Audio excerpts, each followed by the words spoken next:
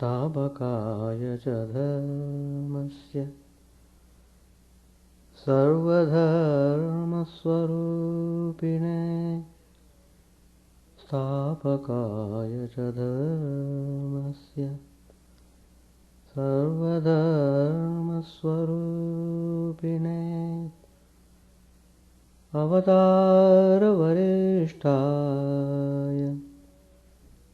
रामकृष्णाय ते नमः। असतो मा सद्गमय तमसो मा ज्योतिर्गमय मृत्योर्मामृतङ्गमय। ॐ शान्ति शान्ति शान्ति।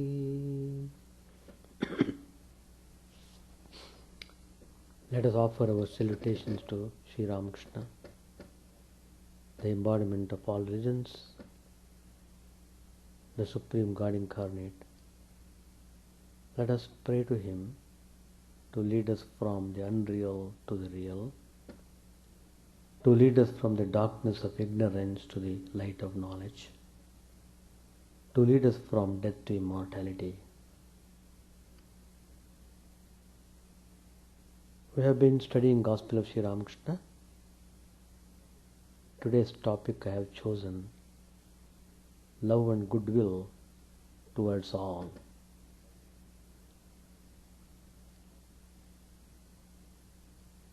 How important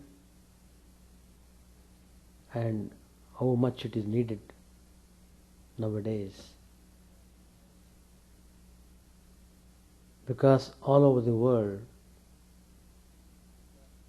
we are witnessing tremendous unrest and tension.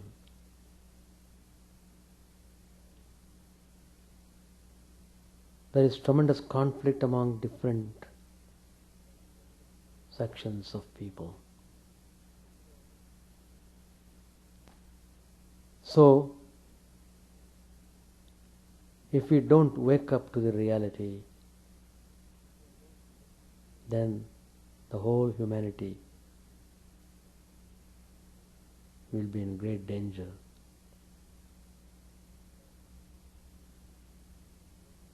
Because if we don't think properly, we may act in an improper way, causing terrible suffering to the people at large. Unfortunately, all these things are happening in modern times in the name of religion. Sri Ramakrishna said in the Gospel, I see people who talk about religion constantly quarreling with one another. They have not the intelligence to understand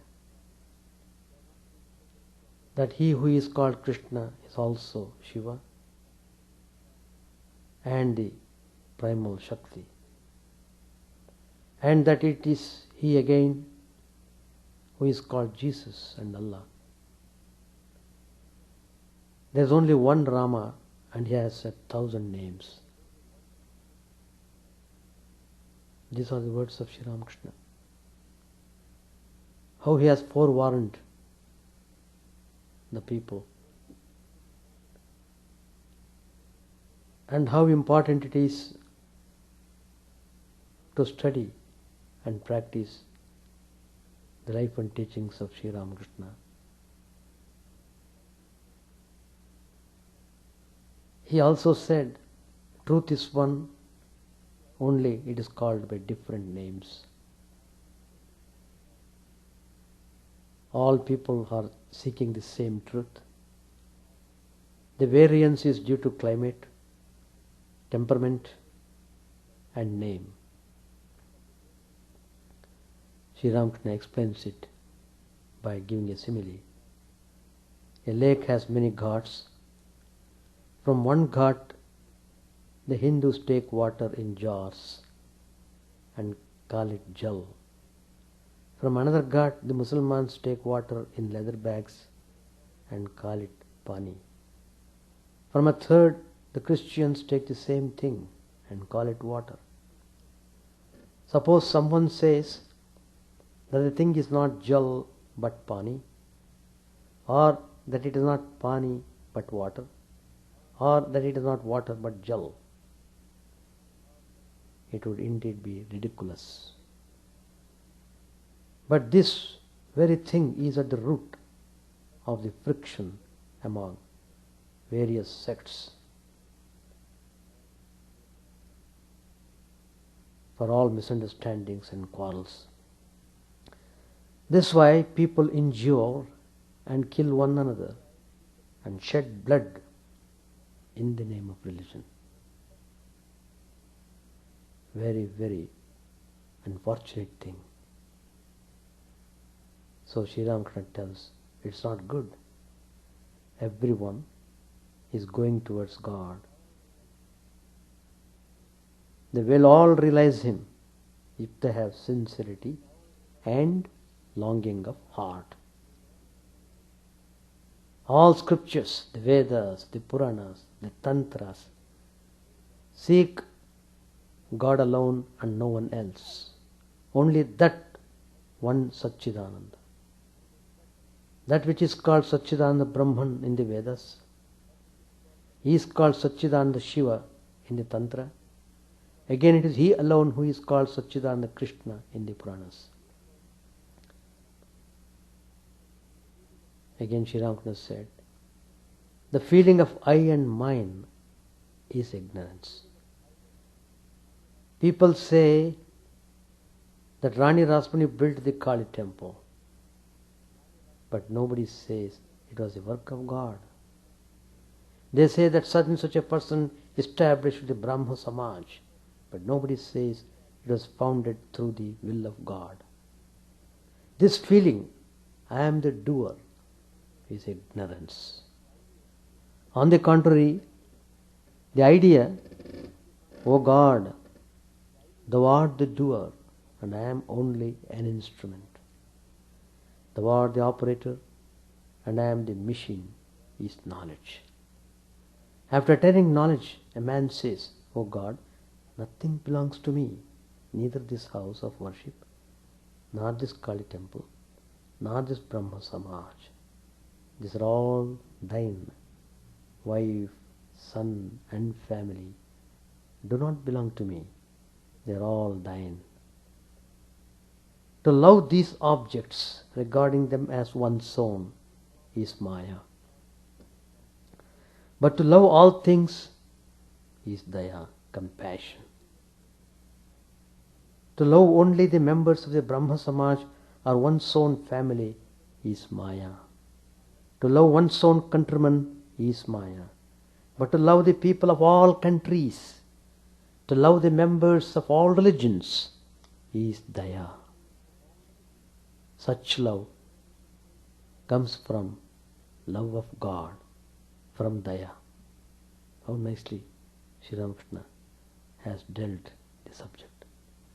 Maya entangles a man and turns him away from God.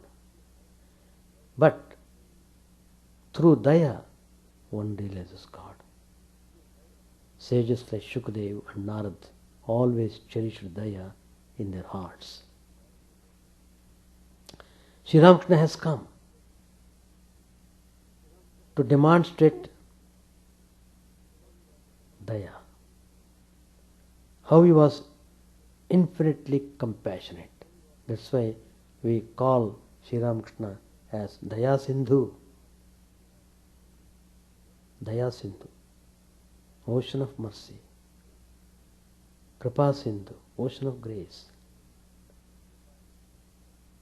Prema Sindhu, ocean of love.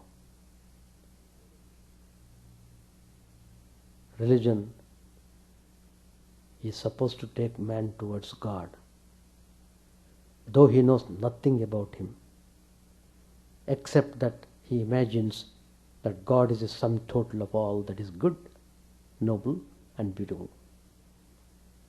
If man takes any interest in religion, it's because he values these qualities and he hopes that by practicing religion, he may someday be good, noble, and beautiful himself. In other words, he is seeking self-improvement, and in this, he seeks God's help. The prayers he addresses to God are all for this help. How far God helps him is a matter of personal experience. Some will say it does help, and they are so sure about it, and it is no use arguing with them about it. The vast majority of people are not so sure about it. They still keep praying in the hope that someday they will receive help from God, as the more fortunate worshippers claim they have. So, the purpose of religion is self-improvement, and all that man does in the name of religion should be directed to that end.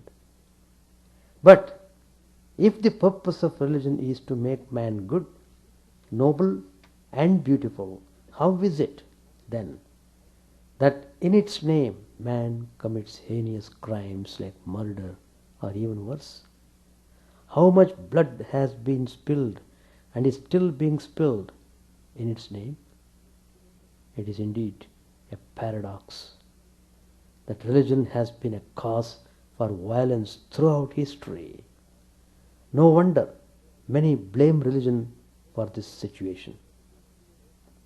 They say that religion creates artificial divisions among mankind and promotes hatred, greed, and jealousy between them.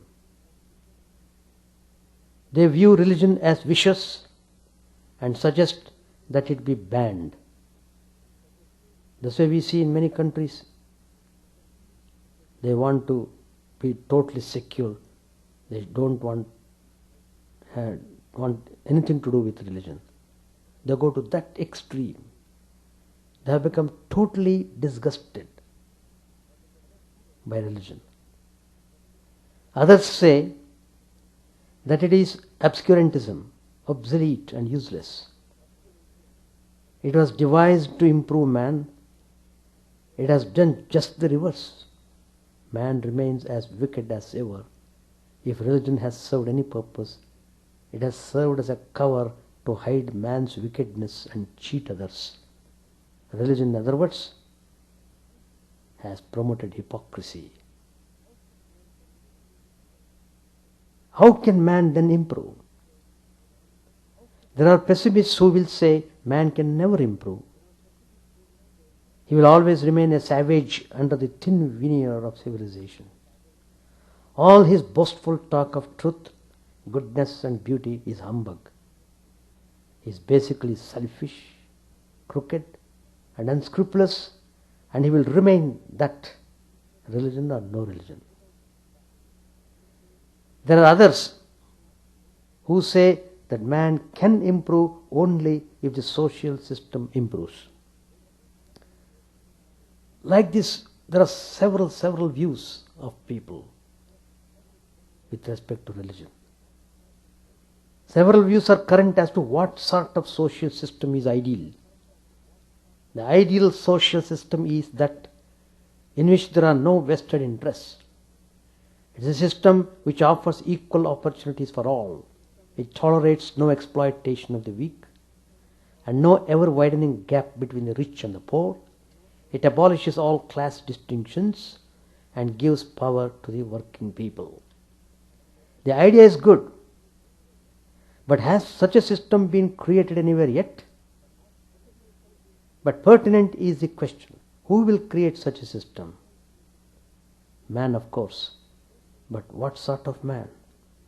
Only men of the highest order, men free from greed and all selfish thoughts, can create such a system, if at all. It has to be a system based entirely upon freedom, equality and justice. One wonders if there shall ever be such a system. Even the attempt to create such a system has to be made by perfect men and women. But which comes first? The perfect system or the perfect men and women? It must be perfect men and women first. Throughout history, idealists have tried to create a just social order, but have failed. They have not been content with good wishes only, but have even used forces. They have been ruthless in their methods, that often the remedy has been worse than the malady itself. This has happened because they themselves are imperfect. Whatever an imperfect man does is imperfect. It is imperfect because his means are imperfect. No attempt at social reform can succeed unless the people who make the attempt are good and the means they adopt are good. This is where religion comes in. Religion is important because it insists on perfection, all-round perfection. A good society is a society where everybody is trying to live a good religious life. To be religious means to be committed to the highest principles of religion: truth, goodness and beauty. To be committed is not enough. One must try hard to practice those principles also. It's only in such a society that peace and justice can prevail, that men and women, irrespective of their varying beliefs and practices, can live with honor and dignity, can feel equal to each other. But has religion succeeded in achieving this? Buddha and Christ have come. There is no let-up in wars and conflicts yet. If religion is for perfection, what sort of perfection is it that religious men and women fight each other? How is it that they cause bloodshed? Such people are religious only in name. A truly religious man cannot go against his principles of love and goodwill. Buddha suffered from his adversaries but never uttered a word against them. Christ was crucified but prayed for the forgiveness of those who crucified him. It is not the fault of religion if people misuse it.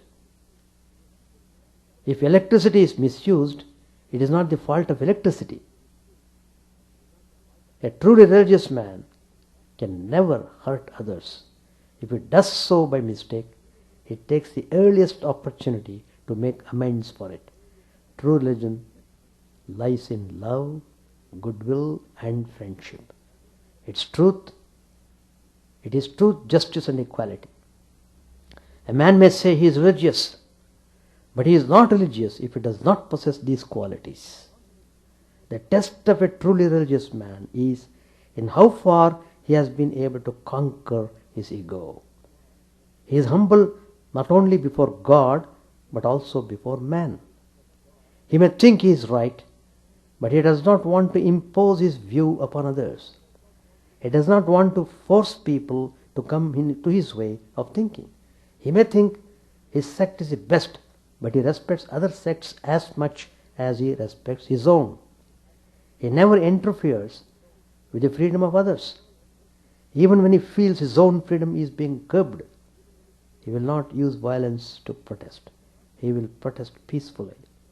It is not that religion does not permit strong and heroic action for a just cause. It does in extreme cases. Even this heroic action should be used with caution. In no case should there be the spirit of vindictiveness. A strong action may be taken only in the last resort and only to the extent necessary for self-defense. Only that heroic action is permissible which is used to prevent further violence. It may be used only to uphold justice, truth and peace. Lord Krishna advised Arjuna to fight out the big war at Kurukshetra in order to re-establish justice in a society where untruth and injustice reigned. A truly religious man uses even a strong action with moderation and not for selfish reasons. not even for a particular section of people, but for the entire community, irrespective of creed, religion, or nationality. Today, there is hardly a society which is not rocked by conflicts of one kind or another. Often these conflicts are marked by senseless cruelty, anger, hatred, vengeance, and other animal passions seem to have got the upper hand. Man has lost his reason. His sanity is in doubt. What's the remedy? The remedy is simple. Man has to go back to religion. Only light can dispel darkness. Only love can conquer hatred. When the world needs today, what the world needs today is religion, of course, but true religion. Poverty and unemployment no longer pose a challenge to man. They can be tackled and are being tackled. His greatest enemy now is he himself. His very survival is at stake. He can save himself only if he improves his own being, if he becomes, at least tries to become what religion requires of him: love and goodwill towards all. In other words, he must practice his religion with all sincerity,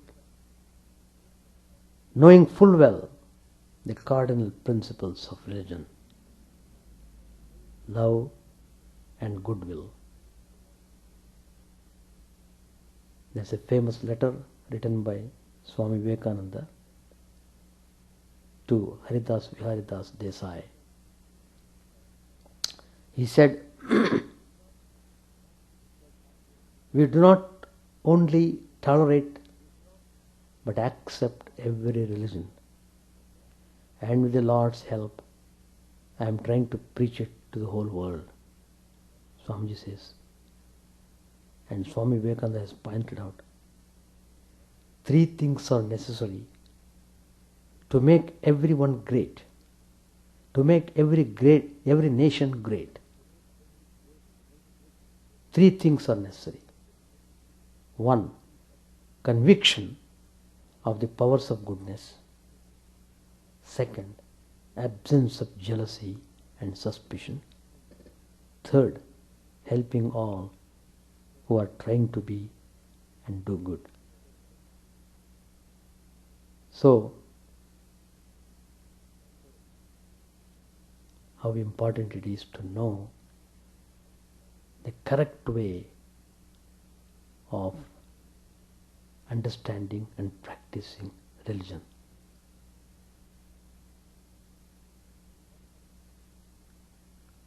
Lot of tension and insecurity we are seeing in the world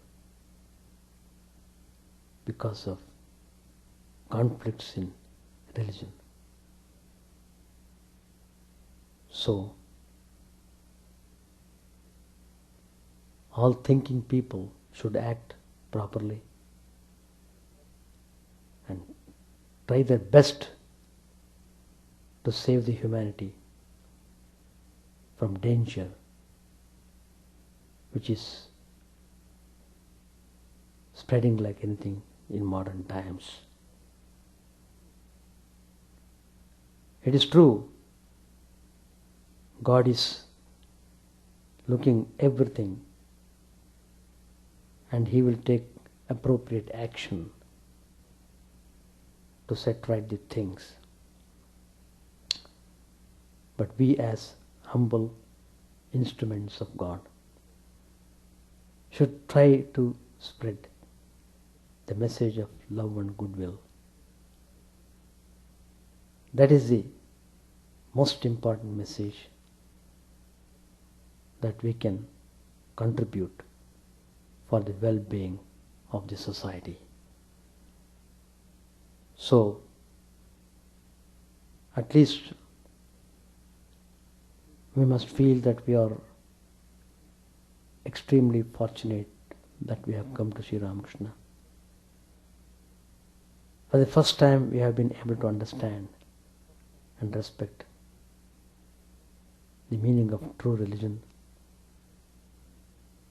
and other religions of the world. So let us try to practice the teachings of Sri Ramakrishna in letter and spirit. That's all that we can do. The rest will be done by God Himself. If we are trying to maintain our purity, God's power works through us. So, let us not lose spirit in religion. On the other hand, it should impress upon us that we should follow the precepts of religion properly with all sincerity. Page 794.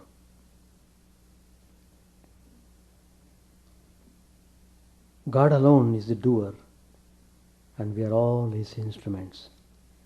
Therefore it is impossible even for a jnani to be egotistic.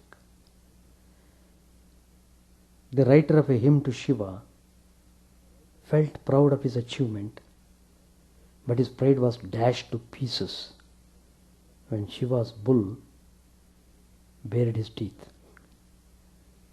He saw that each tooth was a word of the hymn.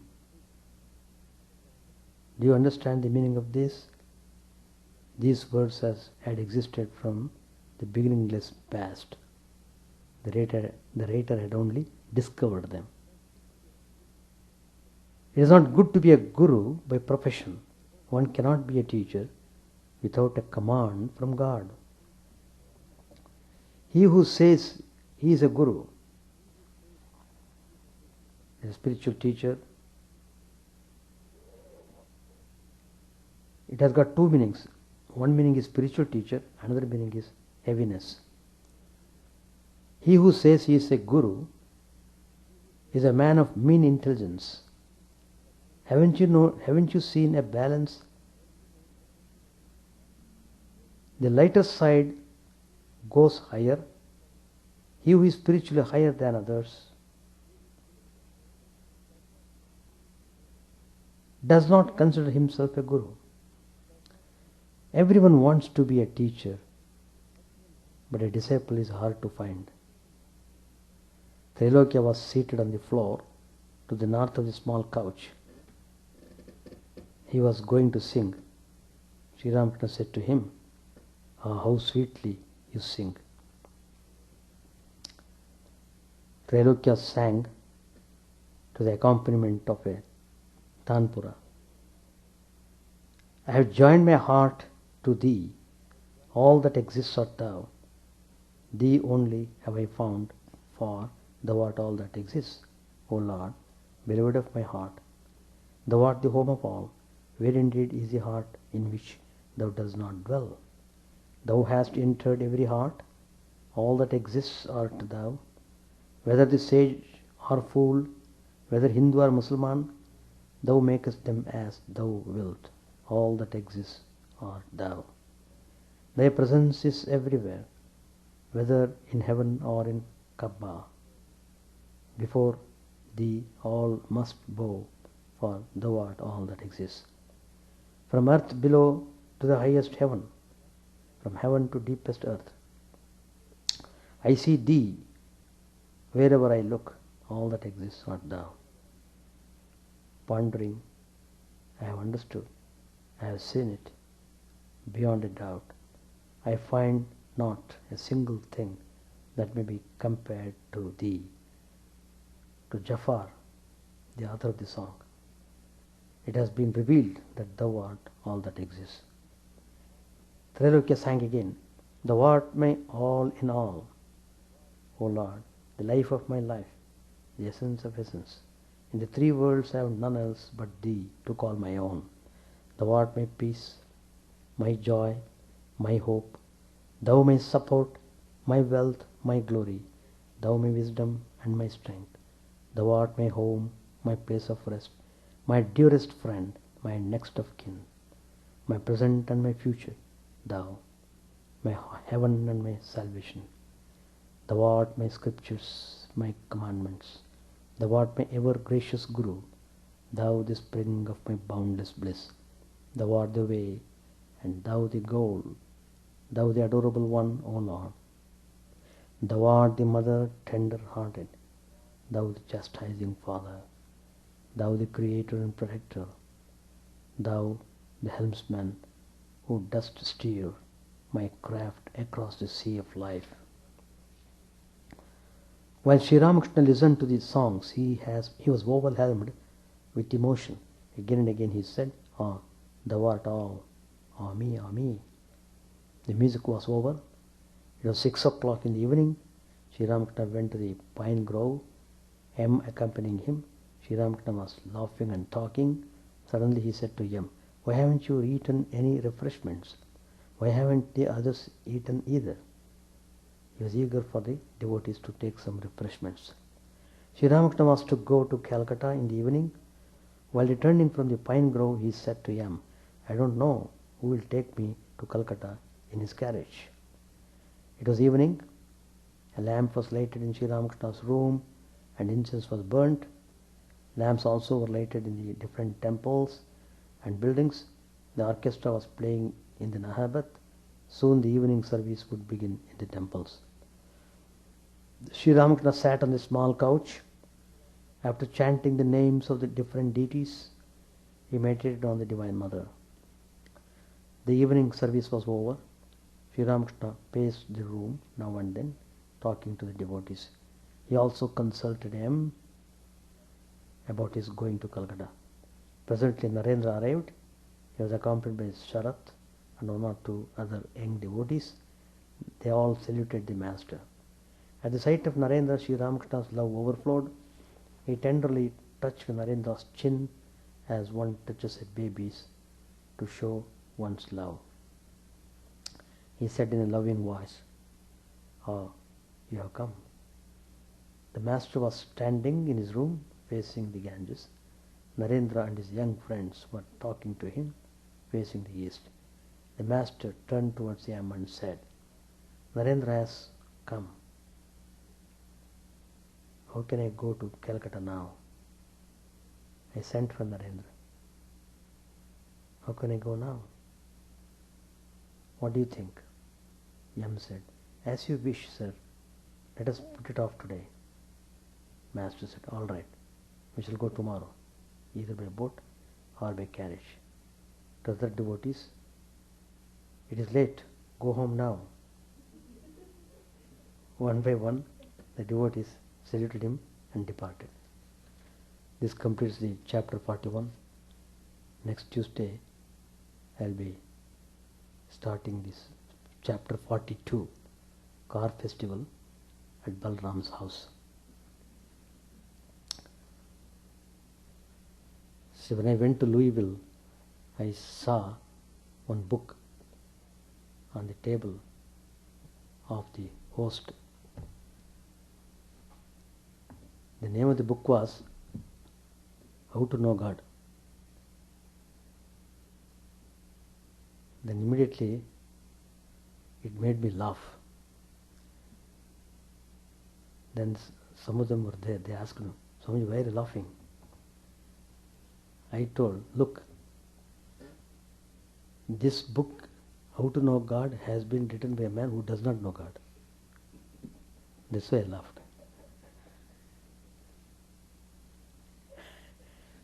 And another instance, see how, if you observe it, it's tremendous how people behave. And I gave a talk on gems of wisdom from the scriptures. 200 Americans were there. It was organized by the church, but program was done in Hindu temple. And of course I spoke about 1 hour, and I wanted them to ask questions, and 1 or 2 questions were asked, but the time was coming to close because they had another program. That was a mistake they did. They should not have had another program immediately after my program. Because questions, people take time to ask questions, to answer them. You can't do it in a hurried way. But anyway, and the person was telling me, Swamiji, after this question, we shall stop this. Because another program is coming. That program is Hatha Yoga program. One Hatha Yogi, yoga, everywhere there are people, every lane by lane, the yogis have become very famous now. Not the spiritual yogis, Hatha Yogis, those who do not know anything about spirituality. That's what I'm telling. And that fellow was giving a lecture. See, he should confine to in what way you should raise your leg, in what way. He should confine to that. I appreciate. Why should you talk philosophy? And he is talking philosophy. And he was saying, throw overboard all the deities. He was in a fit of emotion. He is talking like this in the Hindu temple where people are worshipping the deities. This is the way of telling. Even if he has to say that, that's not the language he should use. I told one of my friend, see, that fellow is talking like that, philosophy. Who authorized him to speak on philosophy? Is he living that life? No. Even if he has to say, that's not the language he should use. He should say, we must transcend. The mind should transcend the level of vision from formless, from form to formless. This is a way of telling in a nice way. You see, these people, they read some books here and there. Maybe Swami Vivekananda might have told in some lectures, throw overboard like this. Swamiji, you can't imitate Swami Vivekananda. You can never imitate. It's the greatest blunder if you imitate Swami Vivekananda. Only Swami Vivekananda can speak like that, not others. And that guy was telling like that. You show how to raise your leg. How to raise your leg, how to...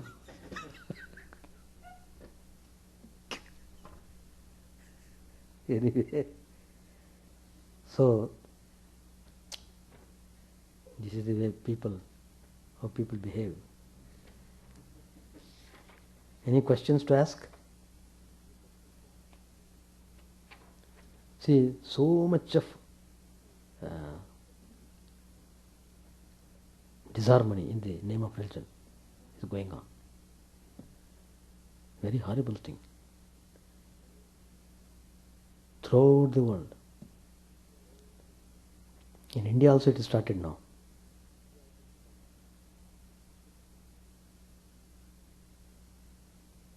Only Sri Ramakrishna should save. That's the only way. So, goodwill, love and goodwill, that should be the result of practicing. If you practice religion, you must not hate anybody. That's the way. No.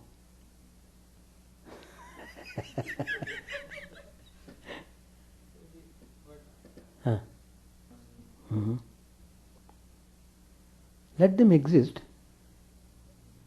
The point is, there will be always good and evil. That you can't eliminate totally.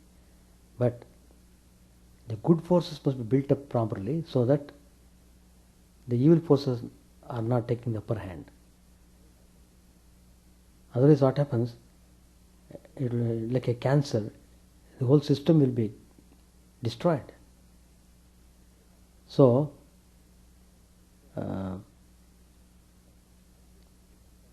if you practice religion properly, if you assert your goodness, because through goodness only you can reach God.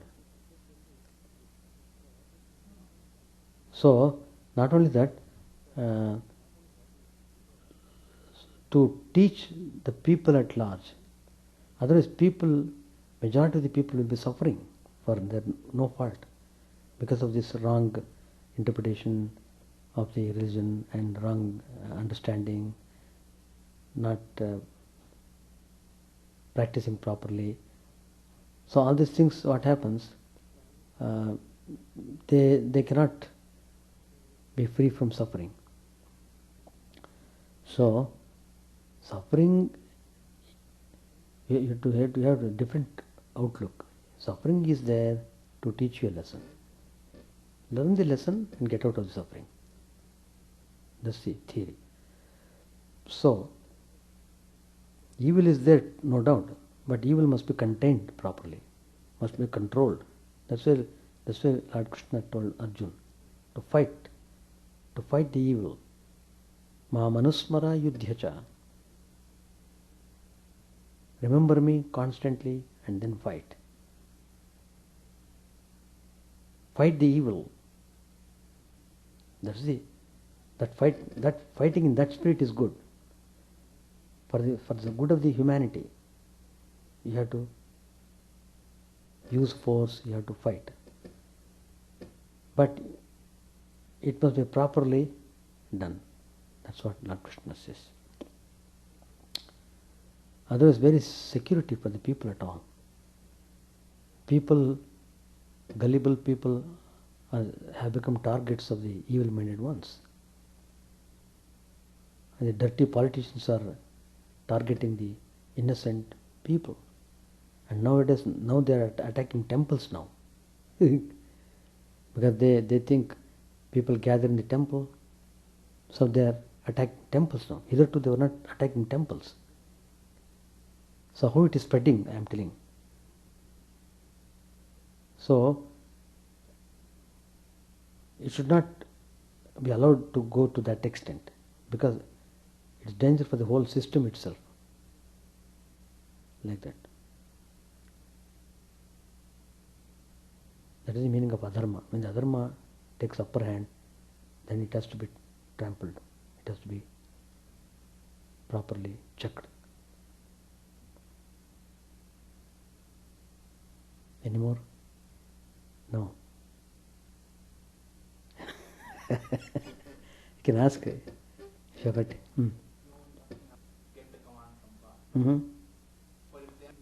First of all, who made them guru?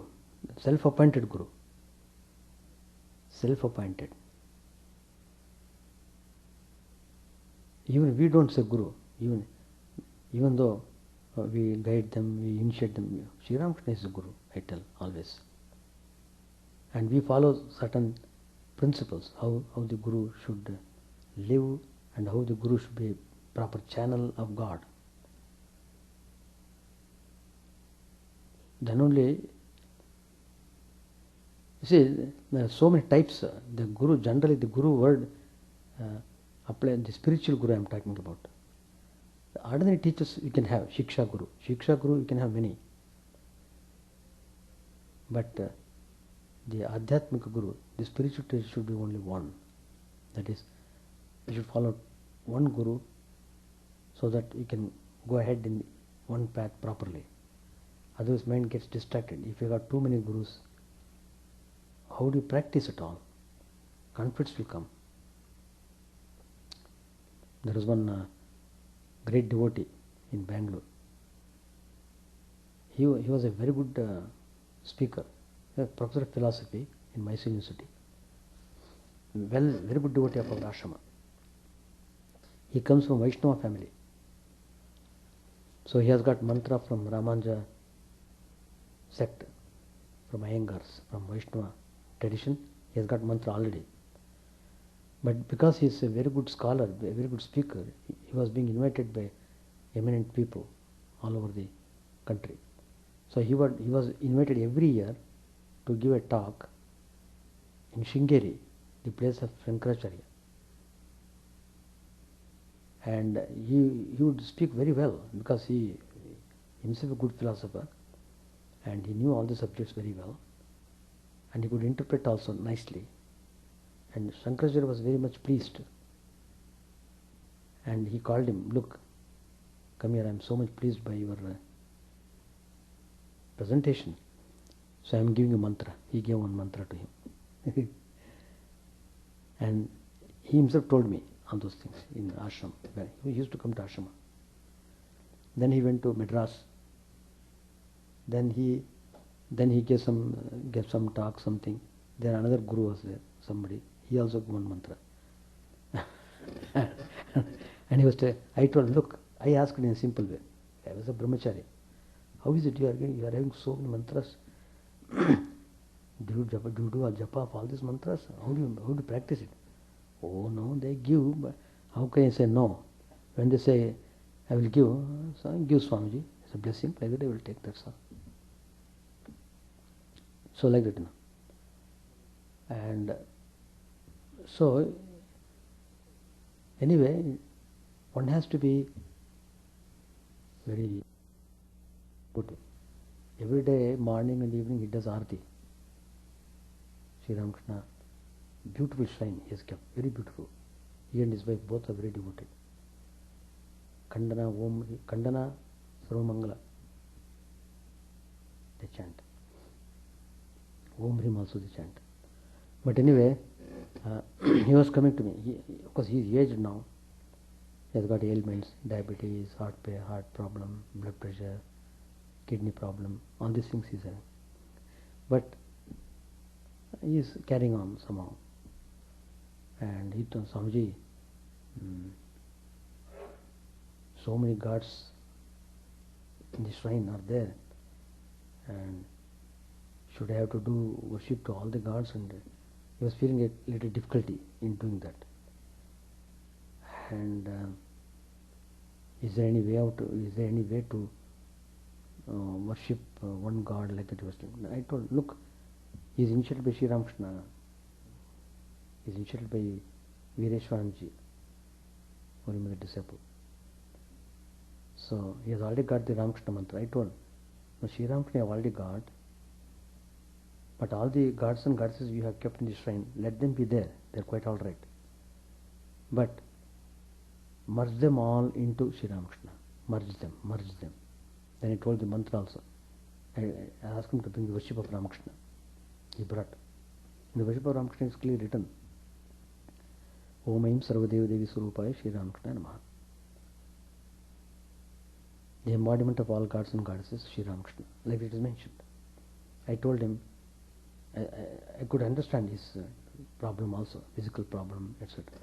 Do just Panchopchar, I told. Gandha, Pushpa, Dhupa, Deepa, Naivedya. 5 items. You offer 5 items, utter the mantra, I showed the mantra also. Do japa, make salutation and go, that's all. Then he was happy. All we should stop. Chant the name of the Lord and His glory unceasingly, that the mirror of the heart may be wiped clean and quench that mighty forest fire, worldly lust raging furiously within. Our name streamed down in moonlight on the lotus heart, opening its cup to knowledge of thyself. O self, drowned deep in the waves of his bliss, tasting his nectar at every step, bathing in his name, that bath for weary souls. Various are thy names, O Lord, in each and every name thy power resides. No times are set, no rites are needful for chanting of thy name. So vast is thy mercy, how huge then is my wretchedness, who find in this empty life and heart no devotion to thy name. O my mind, be humbler than a blade of grass. Be patient and forbearing like a tree. Take no honor to thyself, give honor to all. Chant unceasingly the name of the Lord. O Lord and soul of the universe, mine is no prayer for wealth or retinue. The playthings of lust or the ties of fame. As many times as I may be reborn, grant me, O Lord, a steadfast love for thee. A drowning man in this world's fearful ocean is thy servant, O sweet one. In thy mercy, consider him as dust beneath thy feet. Oh, how I long for the day when an instant separation from thee, O Lord, will be as 1,000 years, when my heart burns away with its desire, and the world without thee is a heartless void. Prostrate at thy feet let me be, in unwavering devotion, neither imploring the embrace of thine arms, nor bewailing the withdrawal of thy presence, though it tears my soul asunder. O thou who stillest the hearts of thy devotees, do with me what thou wilt, for thou art my heart's beloved, thou and thou alone. O Lord, lead us from the unreal to the real. Lead us from darkness to light, and lead us from death to immortality. May all be free from dangers. May all realize what is good. May all be actuated by noble thoughts. May all rejoice everywhere. May all be happy. May all be free from disease. May all realize what is good. May none be subject to misery. May the wicked become virtuous. May the virtuous attain tranquility. May the tranquil be free from bonds. May the freed make others free. May good betide all people. May the sovereign righteously rule the earth. May all beings ever attain what is good. May the worlds be prosperous and happy. May the clouds pour rain in time. May the earth be blessed with crops. May all countries be freed from calamity. May holy men live without fear. May the Lord, the destroyer of sins, the presiding deity of all sacred works, be satisfied. For he being pleased, the whole universe becomes pleased. He being satisfied, the whole universe feels satisfied.